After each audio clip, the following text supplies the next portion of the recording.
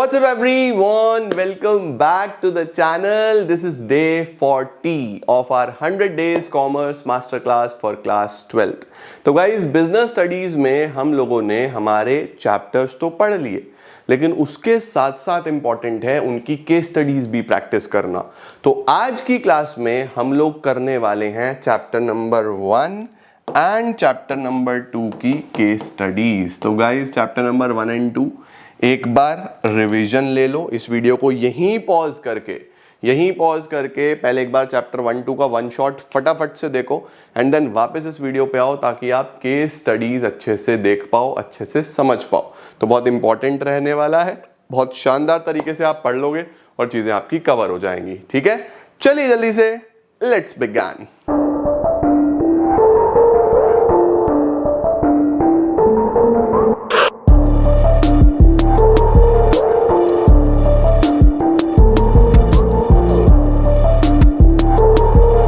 आओ बेटा जी, कुछ क्वेश्चंस हैं हमारे सामने, हमको वन बाय वन पढ़ने हैं और कोशिश करनी है कि देख लें हम चैप्टर नंबर 1 और चैप्टर नंबर 2 में से क्या कुछ इसमें मिलता जुलता है या कुछ अलग सा ही आ जाता है सवाल में, है ना।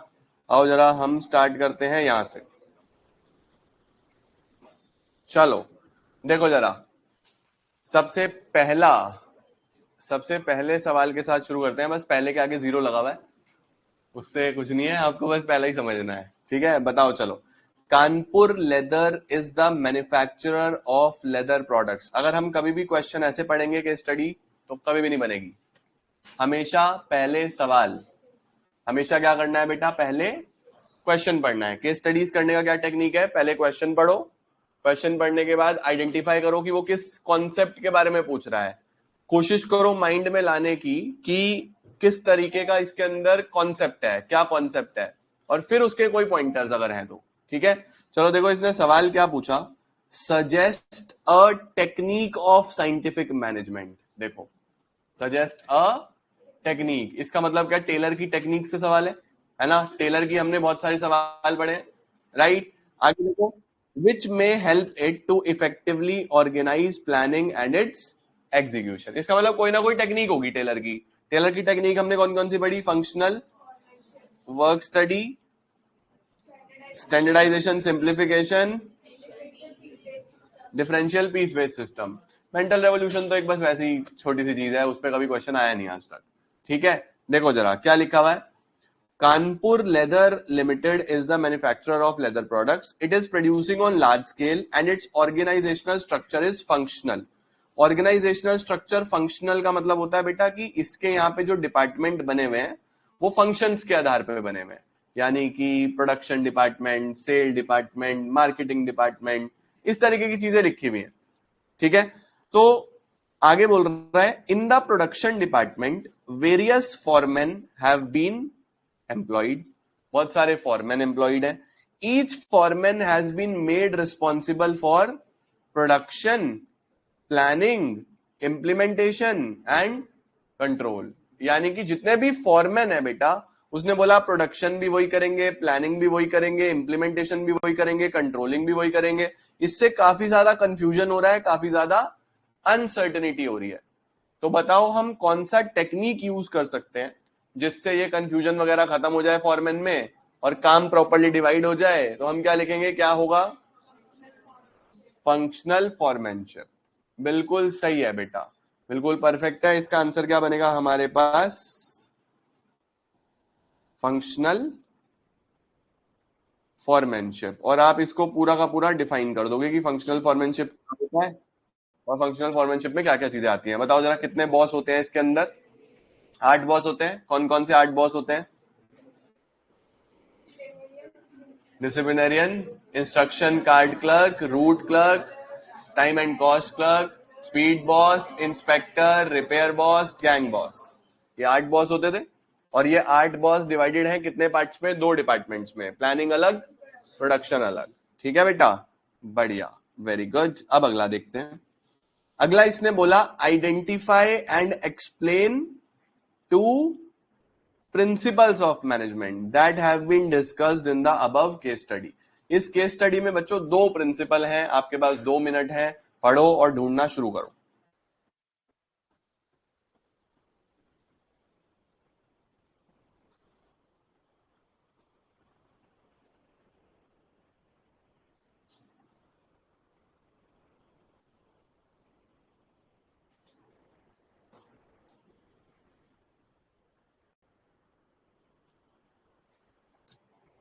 फैक्ट्री में कौन से प्रिंसिपल्स आपको लग रहे हैं?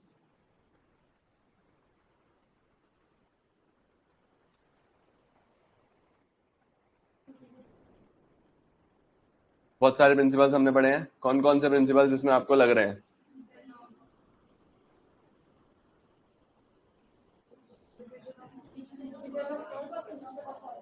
Division of work and principle of order. Division of work, principle of order, यहाँ पे division of work, principle of order, work and order. अच्छा, चलो देखो। The student of class 12th of NK senior secondary school visited the factory of Jaipur export private limited, a company manufacturing readymade garment. यहां तक तो इसने time pass कर दिया हमारे साथ। चलो, दे ऑब्जर्व दैट, अब यहां से है काम की चीज, different workers were allocated different task, जैसे cutting the fabric as per specification, stitching, putting buttons, ironing, packing, putting labels. यानी कि एक वर्कर सारे काम नहीं कर रहा, हर चीज के लिए अलग अलग वर्कर है। यानी फैब्रिक के कटिंग कोई करता है, स्टिचिंग कोई करता है, बटन कोई लगाता है, आयरन कोई करता है। तो इसका मतलब काम बटा हुआ है। काम बटा हुआ है तो पहला प्रिंसिपल मुझे यहां पे कौन सा दिखा? Division of work. लो जी, अब केस स्टडीज में बेटा कई बार ये भी बोलता है कि identify explain by specifying the lines from the given paragraph. तो उसके अंदर फिर आपको ये लाइन यहां से लेके यहां तक मेंशन करनी पड़ेगी। अब लाइन पूरी नहीं लिखनी होती, दो शब्द शुरू के लिखो, फिर डैश डैश डैश लगा के यहां पे खत्म कर दो, दो शब्द आखिरी के लिखो। ठीक है, कभी भी आपको पूरी लाइन नहीं लिखनी होती, लेकिन इसमें इसने लाइन नहीं बोली तो हमको कोई भी लाइन नहीं लिखनी, हम सिर्फ आइडेंटिफाई करेंगे और एक्सप्लेन करेंगे। ठीक है, तो पहला तो ये होगा। दूसरा है, the CEO told the students that this results in effective and efficient output. They also observed orderliness in the factory as there was a fixed place for everything and it was present there. Fixed place for everything and everyone, principle of order। ये आ गया principal of order. Student ने letter ये business studies teacher के साथ discuss करा और उन्होंने बोला कि ये फेयोल के प्रिंसिपल्स यहाँ पे हैं। तो आपने बिल्कुल सही आइडेंटिफाई करे थे। कौन कौन से दो प्रिंसिपल्स हैं यहाँ पे? Principal of order and division of work. ठीक है जी, परफेक्ट। चलो, अब यहां पे ध्यान देंगे। Identify the quality of management which is lacking in the company. Management की कोई क्वालिटी है जो लैकिंग है और उस क्वालिटी के आपको क्या बताने हैं? इंपॉर्टेंस बतानी है। ठीक है, एक बात मैं आपको बता दूं, कभी भी मैनेजमेंट की क्वालिटी लिखा हो तो समझ जाना कि ये किसकी बात कर रहा है? कोऑर्डिनेशन। मैनेजमेंट की क्वालिटी कोऑर्डिनेशन ही होती है कि जितना अच्छा कोऑर्डिनेशन उतना अच्छा मैनेजमेंट। तो आप, ये की पॉइंट है, कभी भी आपको ऐसा दे कि आइडेंटिफाई व्हाट? क्वालिटी। वहां से समझना कि क्वालिटी से आप किसके बहुत क्लोज हो? कोऑर्डिनेशन के। ठीक है, फिर भी पढ़ के देखते हैं, क्या पता कुछ और हो। आओ पढ़ते हैं। Rahul works as a supervisor in a pickle manufacturing company. लो जी, अचार बनाते हैं, which operates on small scale in Udaipur. Once the pickle is prepared, देखो पहले पिकल बनता है, उसके बाद फिर वो छोटे जार में जाता है, उसके बाद फिर उस पे लेबल लगते हैं। ठीक है, देयर आफ्टर उनको हम 20 के लॉट्स बना के बड़े बड़े डब्बों में पैक करते हैं। यानी एक डब्बे में कितने पैकेट्स आते हैं? 20। ठीक है, for transportation. Rahul often observes that a lot of time is wasted in the process of packing. लो जी, बोल रहा है पैकिंग वाले बहुत समय व्यर्थ करते हैं due to lack of synchronisation. देखो यहां से भी आपको हिंट आना चाहिए कि सिंक्रोनाइजेशन की बात हमने किस में करी थी? कोऑर्डिनेशन में करी थी, है ना? Lack of synchronisation among efforts of different workers. It is because when a worker is ready with the glass bottle, co-worker जो लेबल पेस्ट करेगा वो नहीं होता। ये वो बॉटल लेके खड़ा हुआ है, जिसने लेवल पेस्ट करना है वो नहीं है। 20 डब्बे पैक हैं, जो बड़ा बॉक्स जिसने पैक करना है वो नहीं है। तो इनके वर्कर्स में आपस में क्या नहीं है? कोऑर्डिनेशन नहीं है। तो इसने यही बोला था, identify the quality of management which is lacking. और उसके बाद आपको इसके 4 पॉइंट ऑफ इंपॉर्टेंस बताने हैं। इंपॉर्टेंस बताओ जरा, कोऑर्डिनेशन में हमने क्या पढ़ा था? Importance. State any 4 points highlighting its importance. Growth in size, functional differentiation, specialisation. चौथा क्या लिखोगे? एनसीईआरटी में 3 ही है, अगर ये 4 बोल देगा तो हम क्या लिख देंगे, achievement of group goals. Coordination जब होगा तो क्या ग्रुप गोल्स अचीव होंगे या नहीं होंगे, सीधी सीधी सी बात है। तो कोऑर्डिनेशन क्यों इंपॉर्टेंट है, for the achievement of group goals. सही हुआ क्या बेटा, ये इस तरीके से आप लिख सकते हो। आगे चलें, सही है।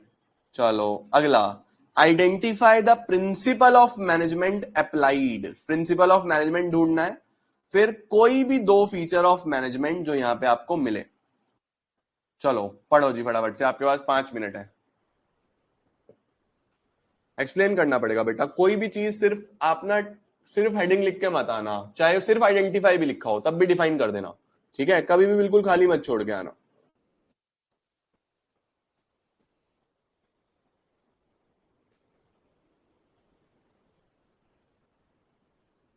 कोई एक प्रिंसिपल इसमें आपको देखने को मिलेगा, बताओ जल्दी से कौन सा प्रिंसिपल है।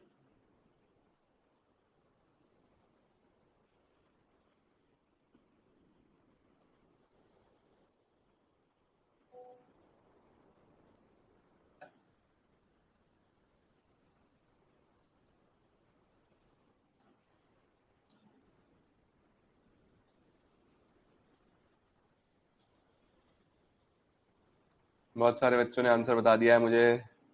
Team work, Spirit D cops. देखते हैं कहीं है क्या। और ये स्प्राइट क्यों लिख रहे हो वानी जी आप, स्प्राइट नहीं है बेटा, यहाँ स्प्राइट नहीं लिखना। देखो, आपका विद्यालय, आपका विद्यालय कोई स्कूल होगा या कोई टीम होगी, देखते हैं। आपका विद्यालय believes in holistic development of students and encourages team building through a mix of curricular, को करिकुलर एंड स्पोर्ट्स एक्टिविटीज। हाँ, कोई स्कूल ही है। स्कूल का नाम क्या है, आपका विद्यालय। यहां तक तो टाइम पास ही किया है इसने। ऑन इट्स फाउंडर्स डे एक स्टेज परफॉर्मेंस होना था, एक कमिटी बनाई गई जिसके अंदर 10 प्रीफेक्ट्स हैं, was constituted to plan the different aspects of the function। ठीक है, they all decided to use, क्या यूज करेंगे, रिसाइकल्ड पेपर यूज करेंगे डेकोरेशन के लिए। there was a spirit of unity and harmony and all the members supported each other। उनमें आपस में यूनिटी था, हार्मनी था, एक साथ मिलजुल के काम करते थे। With mutual trust the programme was systematically planned and executed. Kartik, one of the prefects, realise that unknowingly group ने एक प्रिंसिपल ऑफ मैनेजमेंट यहाँ पे अप्लाई करा है। कौन सा प्रिंसिपल ऑफ मैनेजमेंट है यहाँ पे, एस्पिरिट डी कॉप्स। ठीक है या नहीं है, ओके। चलो अब जल्दी से 2 फीचर ऑफ मैनेजमेंट बताओ जो आपको यहां पे दिखाई दिए।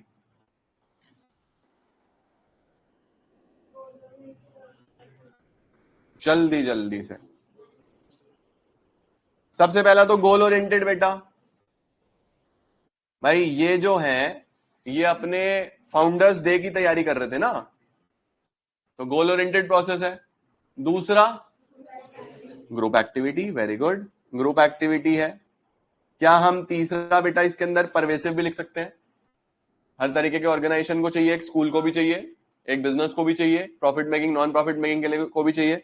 कोई भी 2 हम यहाँ पे लिख सकते थे, तो ग्रुप एक्टिविटी लिख देंगे और गोल ओरिएंटेड लिख देंगे, वो परफेक्ट आंसर है। ठीक है, कॉपरेशन नॉट इंडिविजुअलिज्म की बात नहीं कर रहा बेटा यहाँ पे।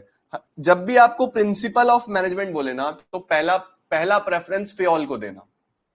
पहला प्रेफरेंस किसको देना, हमेशा फ्योल को। जब भी वो टेलर की बात करेगा ना, तो वो प्रिंसिपल ऑफ साइंटिफिक मैनेजमेंट बोलेगा, लेकिन जरूरी नहीं है। कई बार ऐसा होता है कि खाली प्रिंसिपल ऑफ मैनेजमेंट बोल रहा है और उसमें आपको दिख ही उसका टेलर का प्रिंसिपल रहा है, तो फिर तो आप समझ जाओगे। लेकिन अगर वैसे खाली प्रिंसिपल ऑफ मैनेजमेंट बोले तो पहला प्रेफरेंस किसको देंगे, फ्योल को, ऑलवेज। ठीक है, टेलर का नहीं बेटा। चलो question number 6, identify the concept of management described and 3 types of the concept. और उसके साथ साथ लाइन भी कोट करनी है। तो मैनेजमेंट का कोई कॉन्सेप्ट है और उस कॉन्सेप्ट के कुछ टाइप्स भी हैं, पढ़ो जरा क्या है, क्या लग रहा है, कौन सा कॉन्सेप्ट और क्या टाइप्स आपको यहां पे लग रहे हैं।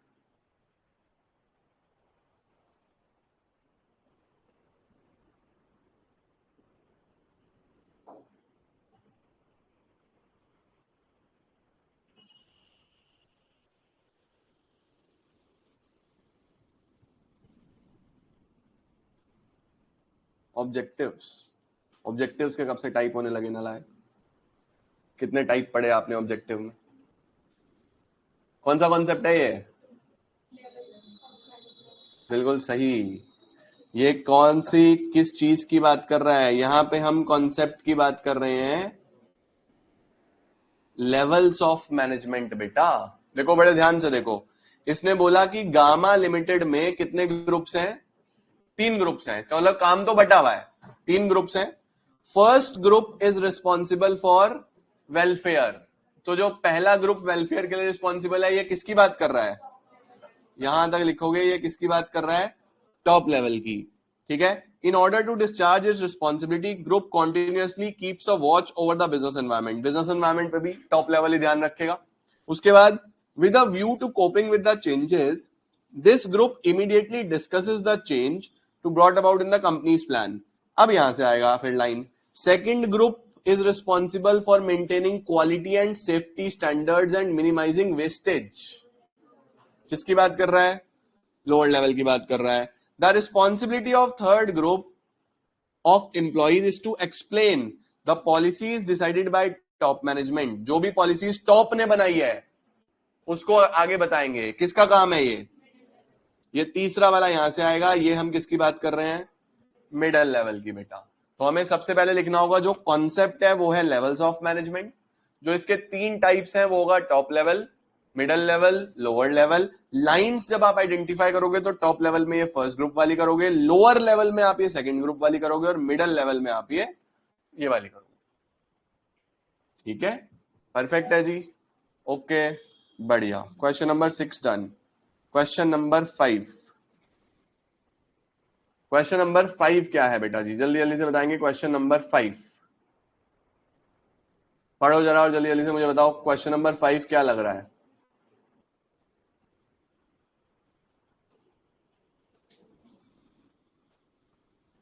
Identify and explain the principle with the help of an example. किसी प्रिंसिपल की बात कर रहा है?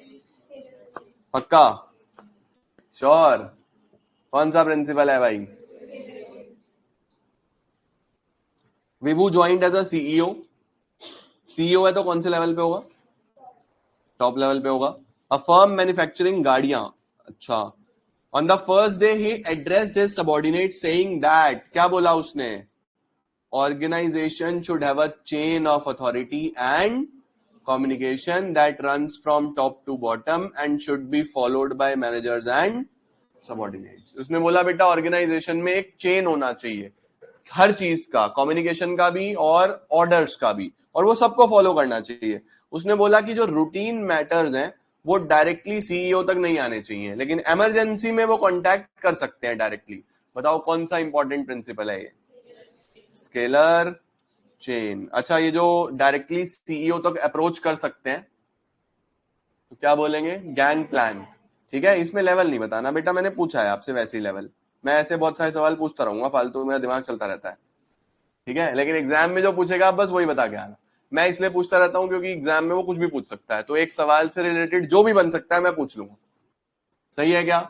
परफेक्ट। किसके अंदर? यही है कि एग्जाम्पल बना के डिफाइन कर दो। किस तरीके से आप पूरा एक वो डायग्राम बनाना, A to B, B to C, C to D, वो पूरा चेन बना के लिख देंगे उसको।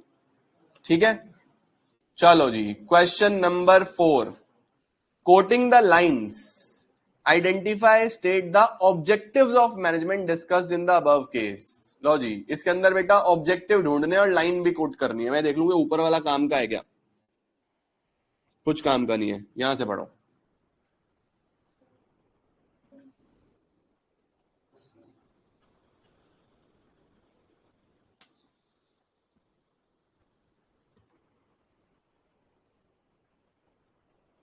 ऑब्जेक्टिव्स।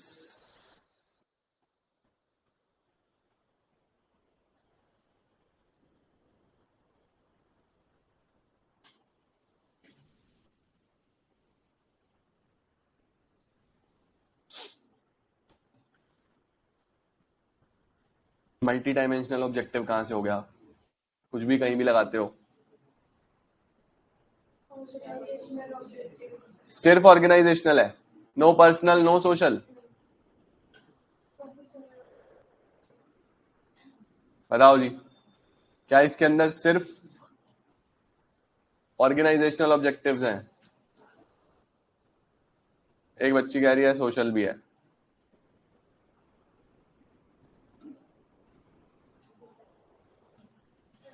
सिर्फ पर्सनल भी है, एक बच्ची कह रही है।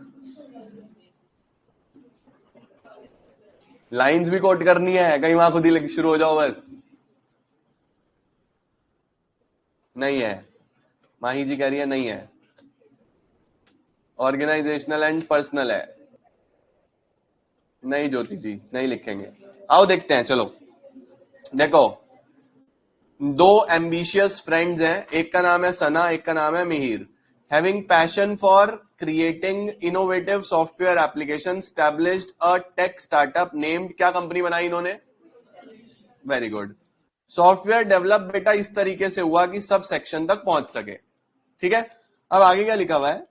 They were earning enough revenue to cover the cost. इसका मतलब सर्वाइवल तो यही है, इतना पैसा कमा रहे थे कि उनका खर्चा निकल जाए, इसको हम क्या बोलते हैं? Survival. They faced countless challenges from competing with a large and well established company, but they learned from their mistakes and continuously improved their product. Slowly, software gained recognition for its quality, uniqueness, and the company started making profits. किसकी बात कर रहा है ये? Profits की बात कर रहा है। अच्छा जी, it was a big incentive for Sana and Mihir for continued successful operations within 2 years। जो कस्टमर थे वो क्या हो गए हैं? इंक्रीज हो गए हैं। ये क्या है? Growth. Now Sana and Mihir decided to make additional capital investments, hire more employees, ये सब ग्रोथ की बात कर रहा है। They invested in research and development and expanded their product line to meet emerging market demands. इसके अंदर बेटा एक ही है सिर्फ, कौन सा ऑब्जेक्टिव? Organisational objective. इस पूरी केस स्टडी में समाज के लिए कुछ नहीं किया गया, इस पूरी केस स्टडी में एम्प्लॉइज के लिए कुछ नहीं करा गया। तो ऑर्गेनाइजेशनली आएगा, सबसे पहला इसमें सर्वाइवल लिखेंगे, दूसरा प्रॉफिट लिखेंगे, तीसरा बेटा ग्रोथ लिखेंगे। ठीक है, क्या ये चीज क्लियर है? ओके सर, ऐसा भी होता है कि हमें कोई केस स्टडी दी और उसमें आधा क्वेश्चन पढ़ने पे कोई आंसर हो और बाकी क्वेश्चन पढ़ने पे अलग आंसर हो? नहीं होगा बेटा ऐसा। ऐसा तब होगा जब हम कंफ्यूज हैं कि आंसर पहले क्या है और बाद में क्या है। अगर हम हमारे माइंड में क्लियर है तो आंसर एक ही होगा। ठीक है, बहुत सारे सवाल करा दूंगा तुम्हें, मैं, चिंता मत करो। चलो, क्वेश्चन नंबर 3।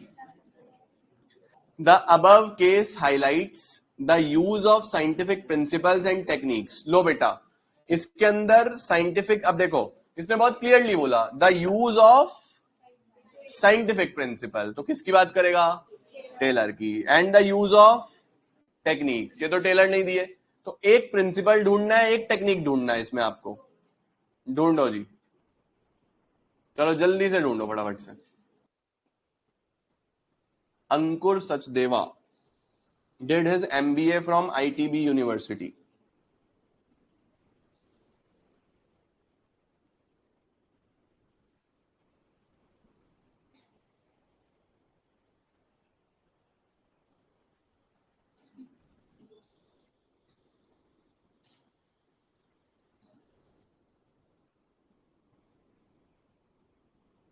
ये काम की लाइन है।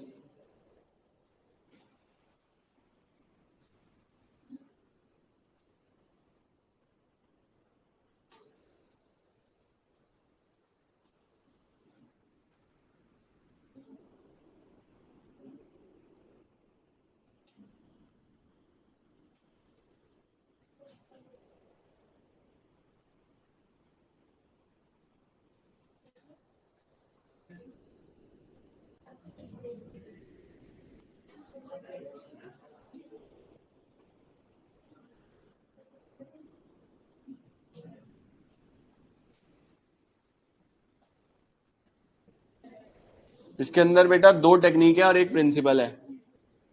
मिला क्या? लाइंस भी मैंने मार्क कर दी। सबसे पहले तो बताओ कौन सा प्रिंसिपल है? प्रिंसिपल कौन सा प्रिंसिपल है? एक तो यहां पे आपको कौन सा दिख रहा है, development of each and every personal to his और her greatest efficiency and prosperity. ये क्या है, there was only one best method. पक्का सोच लो, सोच लो एक बार और। अच्छा टेक्निक कौन सी है, प्रिंसिपल कौन सा है, टेक्निक कौन सी है, वर्क स्टडी है, वर्क स्टडी में मेथड स्टडी।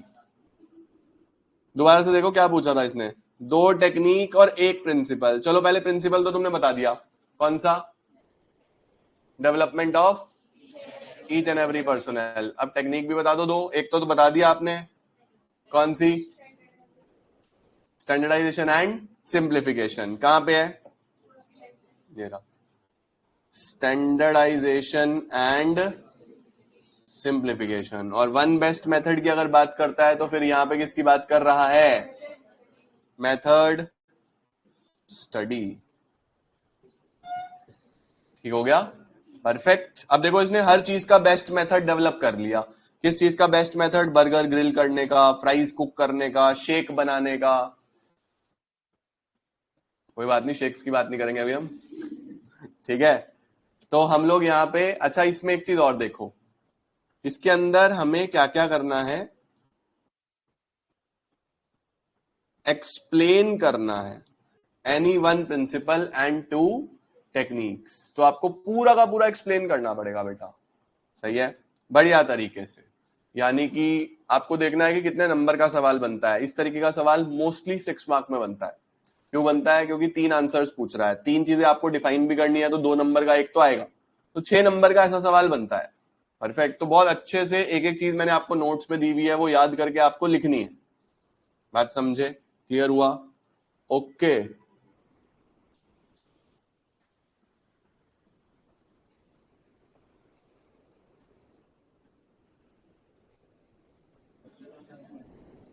चलो क्वेश्चन नंबर 2 बताओ जी। Identify and explain the techniques used by Leena and Kushagra to improve the performance of employees. कुछ ना कुछ टेक्निक्स आपको इसमें मिलेंगी।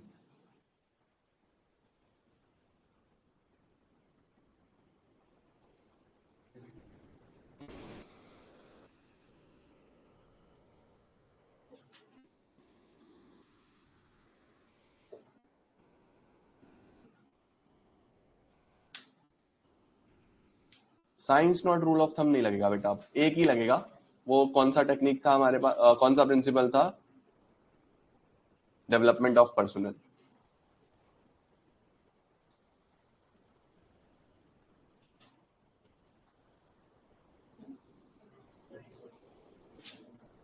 हाँ पार्ट भर भर के लिखो भाई।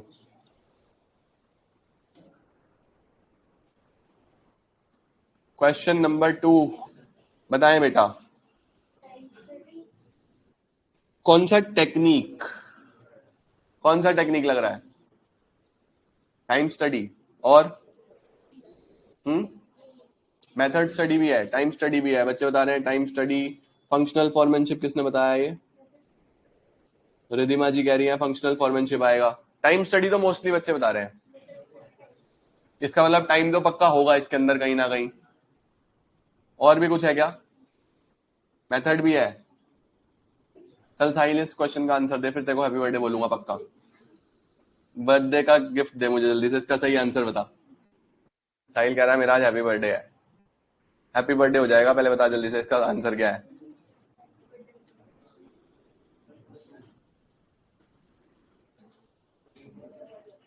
मोशन स्टडी, मोशन तो नहीं है, मोशन है क्या इसमें, नहीं है। देखो आओ, आओ देखते हैं। Leena has been appointed as the operations manager in a small trading company dealing in garments with growing online sales. The company has recently rented space in a warehouse. एक इन्होंने रेंट पे गोदाम लिया है, to store garments and mail out orders. In order to take over the responsibility of order fulfillment, Leena promotes an associate Kushagra on the post of inventory and order fulfillment supervisor. एक associate था, उसका promotion कर दिया इसने कि आपको अच्छा काम देती हूं और आप क्या बन जाओ आज से, Inventory and order fulfillment supervisor.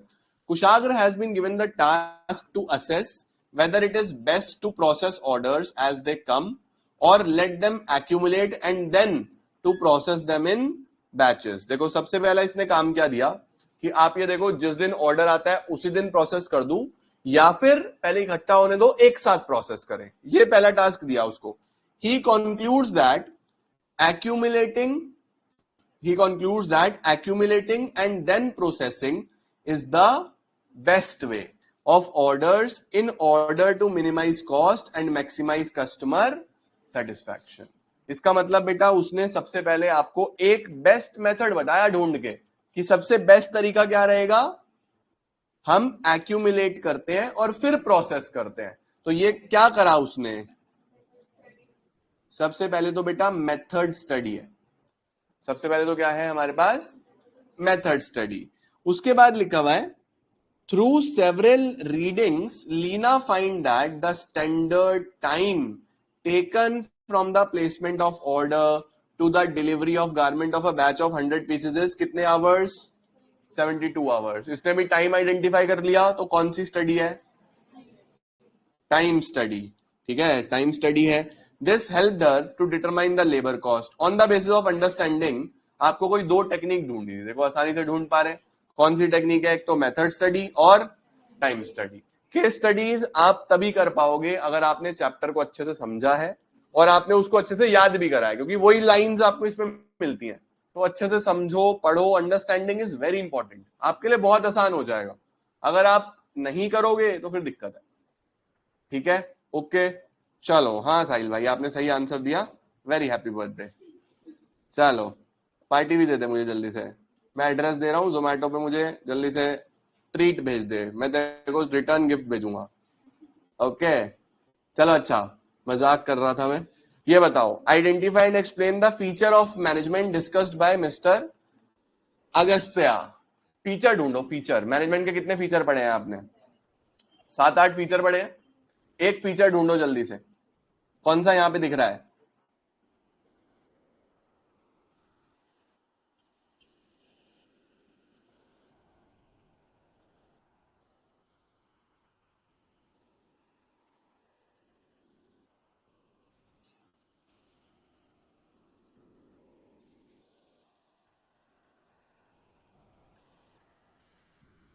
The general manager कौन से लेवल पे काम करता है. Top level of a reputed organization. Mr. Agastya Lokhande made the following announcement at the annual general meeting of the company. AGM साल में एक बार होती है. annual meeting होती है कंपनी में. ठीक है. When we think of a brand, we think of reputation. Goodwill की बात कर रहा है.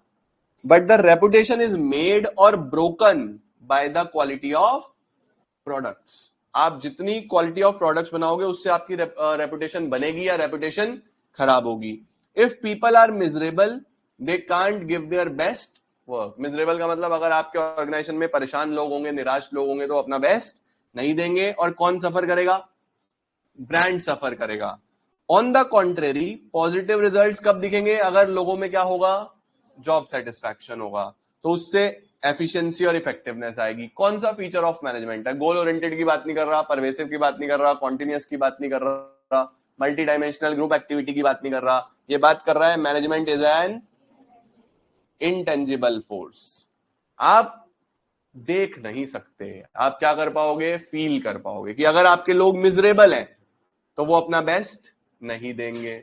अगर आपके यहाँ पे लोग अच्छे हैं, जॉब सेटिस्फैक्शन है, तो रिजल्ट्स कैसे आएंगे.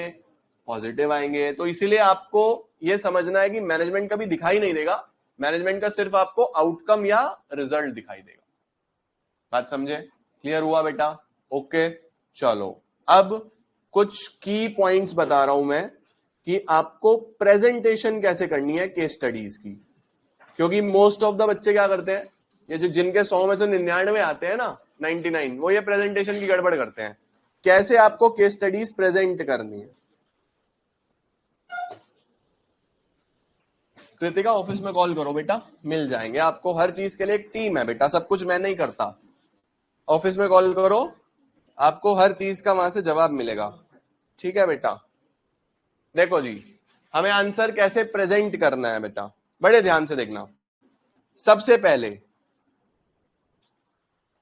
कुछ छोटी छोटी चीजें बता रहा हूं, उसका ध्यान रखना, सही है। सबसे पहला चीज, always start new question from a new page. आदत डाल लो, हम कभी भी नया क्वेश्चन स्टार्ट करेंगे तो एक नए पेज से स्टार्ट करेंगे, सही है। जैसे फॉर एग्जांपल आपका कोई क्वेश्चन चल रहा है, आपकी ये कॉपी है, ठीक है, ये आपकी कॉपी है और आपका क्वेश्चन नंबर 22 चल रहा है। अब क्वेश्चन नंबर 22 आपका यहां पे खत्म हो गया, अब 40% आपकी कॉपी खाली पड़ी है, तो आपको यहां से स्टार्ट नहीं करना नया, या तो वो आपका यहां पे पूरा हो जाना चाहिए। अगर वो क्वेश्चन पूरा हो जाएगा तो यहां पे कर दो, अगर वो पूरा नहीं होगा तो आप सिंपली क्या करोगे, यहां पे एक लाइन खींचोगे और ऐसे कर दोगे। बताओ, आप एक पेज पे एक ही क्वेश्चन लिखने वाले हो।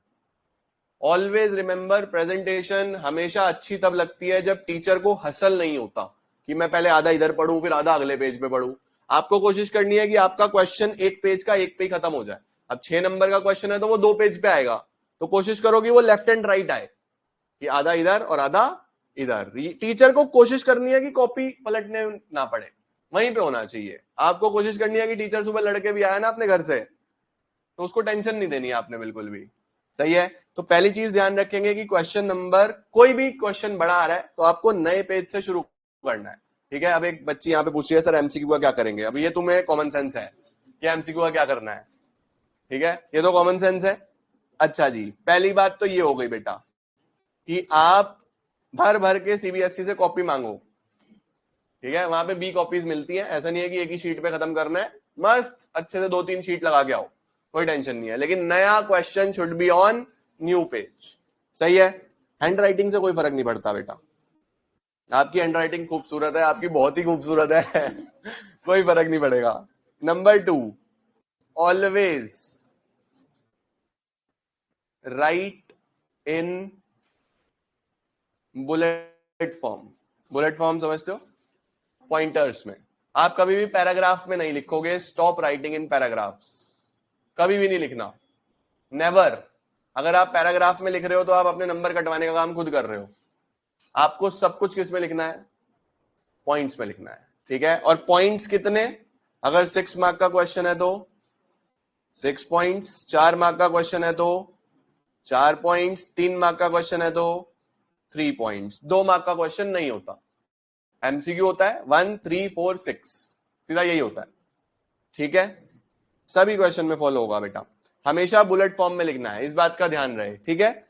उसके बाद नंबर 3, आपको प्रॉपरली आंसर कैसे प्रेजेंट करना है। बहुत अजीब स्कूल है बेटा, एक बच्चा कह रहा है अगर पॉइंट्स में लिखूं तो मेरे स्कूल में नंबर काट देते हैं। स्कूल बदल आज ही,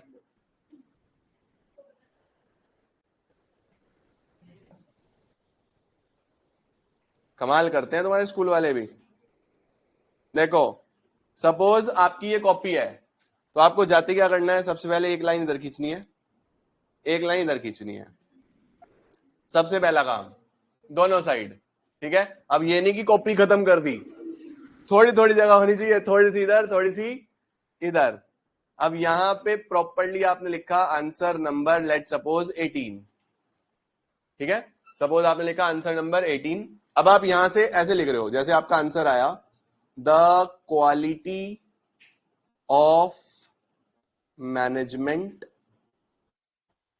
identified in the given case is coordination, ठीक है।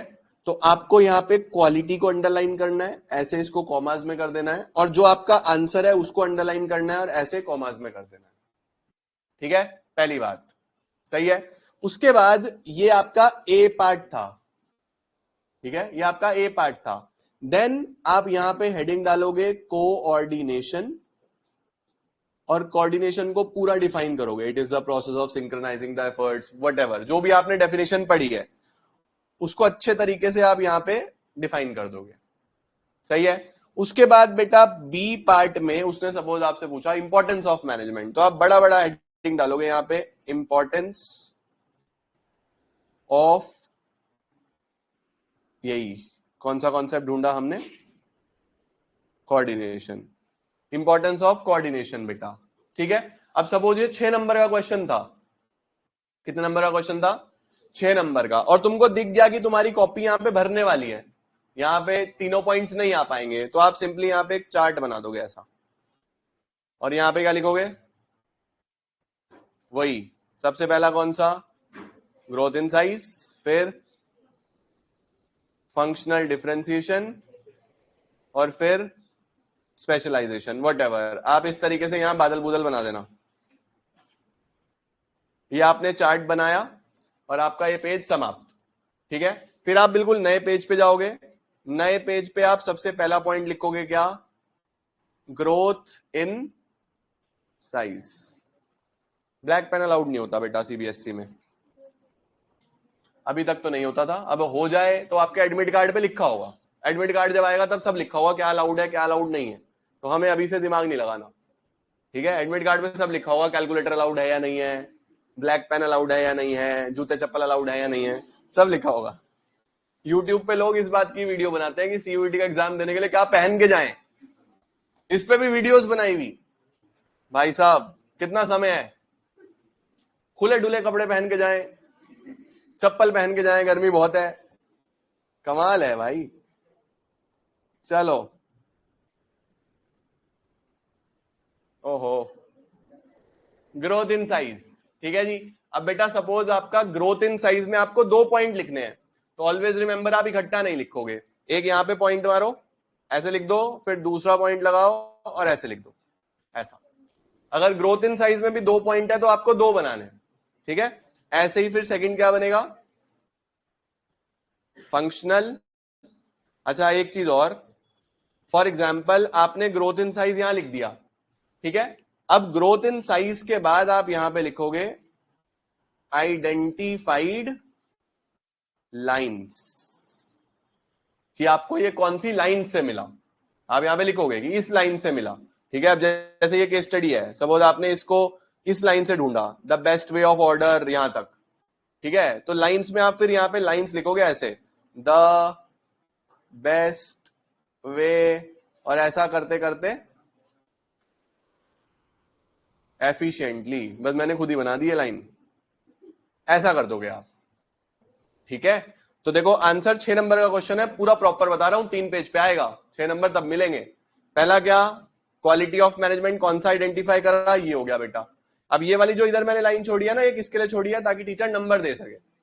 यहां पे करा, टीचर देखेगा अच्छा ये वो होगा, अभी हो गया है, तो टीचर कहेगा अच्छा ओके बढ़िया, ओके एक डेफिनेशन लिख दी, बढ़िया एक, फिर वो यहां देखेगा अच्छा चार्ट भी बना है, तो होशियार बच्चा लग रहा, बढ़िया, फिर वो देखेगा ग्रोथ इन साइज, अच्छा लाइन भी लिख दी, बढ़िया एक, ऐसे नंबर मिलते हैं। ठीक है, और जहां तुम्हारा शुरू के 3-4 क्वेश्चन सही हुए, उसके बाद टीचर ने ज्यादा ध्यान नहीं देना तुम्हारी कॉपी में, उसको पता है कि इसने सब सही लिखा है, बस फिर तो छुटर पुटर तुम्हारी गलती है वो इग्नोर हो जाएगी। ठीक है जी, ऐसे नहीं आते बच्चों के 100 में 100, हर साल बच्चे ऐसे करते हैं, और हर साल बच्चे यही प्रेजेंटेशन टेक्निक अडॉप्ट करते हैं। अब ये प्रेजेंटेशन अडॉप्ट करने में समय लगता है, तो आपको पूरे साल इसकी प्रैक्टिस करनी है, आदत डालनी है, पूरा साल इसीलिए तो है। स्पीड अपने आप बढ़ेगी, शुरू में टाइम लगेगा, लेकिन 2-4 बार अपने आप बढ़िया हो जाएगा। ठीक है, ऐसा ही दूसरा पॉइंट बनेगा, फिर आइडेंटिफाइड लाइंस, ऐसा ही बेटा तीसरा बनेगा, फिर आइडेंटिफाइड लाइंस। ठीक है, this is the best way of presentation, ऐसा प्रेजेंटेशन करना है। क्लियर हो गया जी, परफेक्ट। तो केस स्टडीज आइडेंटिफाई करना है, प्रैक्टिस करनी है, और कैसे आंसर्स लिखने हैं, अभी समझ में आया, बढ़िया। अब आदत डाल लो, पूरा साल है, सारी केस स्टडीज और आंसर फ्रेमिंग ऐसे करनी। ठीक है, एग्जाम्पल्स जहां जहां दे सकते हो दे दो, नहीं तो कोई बात नहीं। ठीक है, ओके। और 6-6 वाले नंबरों में चार्ट जरूर बनाने हैं, ऐसे चार्ट जरूर बनाने हैं, 6-6 वाले में, सिर्फ 6 वाले में बना दो, 4 वाले में एक आधे में बना दो। ठीक है, डन, सही है जी, सॉर्टेड है जी, बहुत बढ़िया। आज के लिए इतना ही।